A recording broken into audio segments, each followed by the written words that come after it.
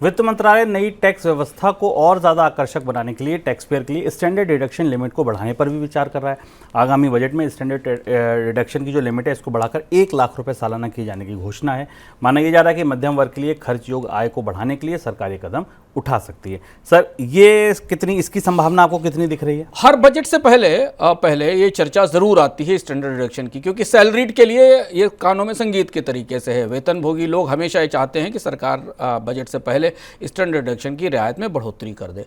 नई जो tax scheme है, जो अब तो 2 टैक्स स्कीम है, पुरानी और एक नई। पुरानी में 80C और बाकी बचतों का फायदा मिलता है। नई टैक्स स्कीम को आकर्षक बनाने के लिए फिर ये प्रस्ताव सरकार के मेज पर, एजेंडे पर आया है। हालांकि इसकी संभावना कितनी है देखना होगा, जिसमें 50,000 रुपये से बढ़ाकर 1 लाख रुपये स्टैंडर्ड डिडक्शन की सीमा की जानी चाहिए, जिसका सीधा लाभ सैलरीड लोगों को और मिडिल क्लास लोगों को मिलता है। लेकिन इसका जो रेवेन्यू आउटगो है वो काफ़ी बड़ा होने वाला है, ये बात संभव है। दूसरी तरफ ये भी विचार किया जा रहा है कि स्लैब्स में चेंज कर दिया जाए, जो नई रिजीम है। तो यदि सरकार स्लैब में चेंज करती है तो फिर स्टैंडर्ड डिडक्शन में बढ़ोतरी होने की गुंजाइश नहीं होगी, क्योंकि स्लैब का गैप बढ़ाने से एक बड़ा हिस्सा टैक्स की रियायतों के दायरे में आ जाएगा, या वो टैक्स की इनकम टैक्स चुकाने का जो मिनिमम स्लैब है उससे बाहर निकल जाएगा।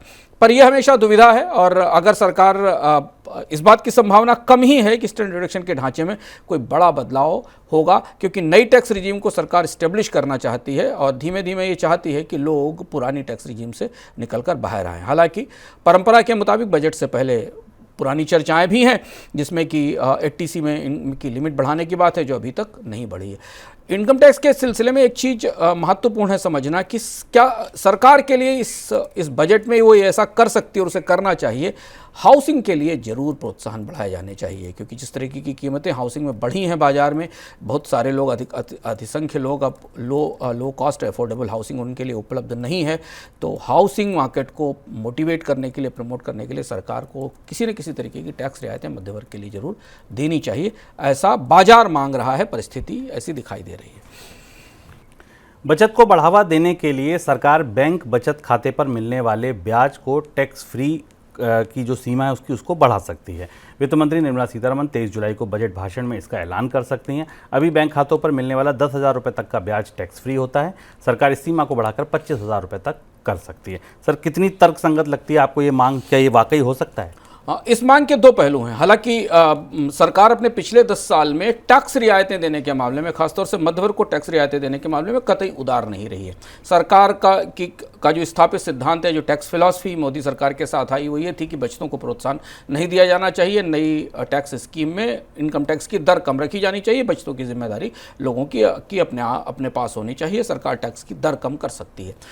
उस सिद्धांत पर देखें तो ये रियायत संभावित नहीं लगती। पर इसमें एक और पेच है। पेच ये है कि अब बैंकिंग उद्योग सरकार से ये कह रहा है कि उसे बैंक जमा में जो डिपॉजिट्स पर ब्याज लगता है उसमें रियायत बढ़ानी चाहिए, नहीं तो लोग बैंकों में पैसा रखने को तैयार नहीं है। आपको हम बताते रहे हैं कि क्रेडिट डिपॉजिट रेशियो बैंकों के गिर रहे हैं इस स्तर तक कि HDFC को अपना लोन बेचना पड़ रहा है।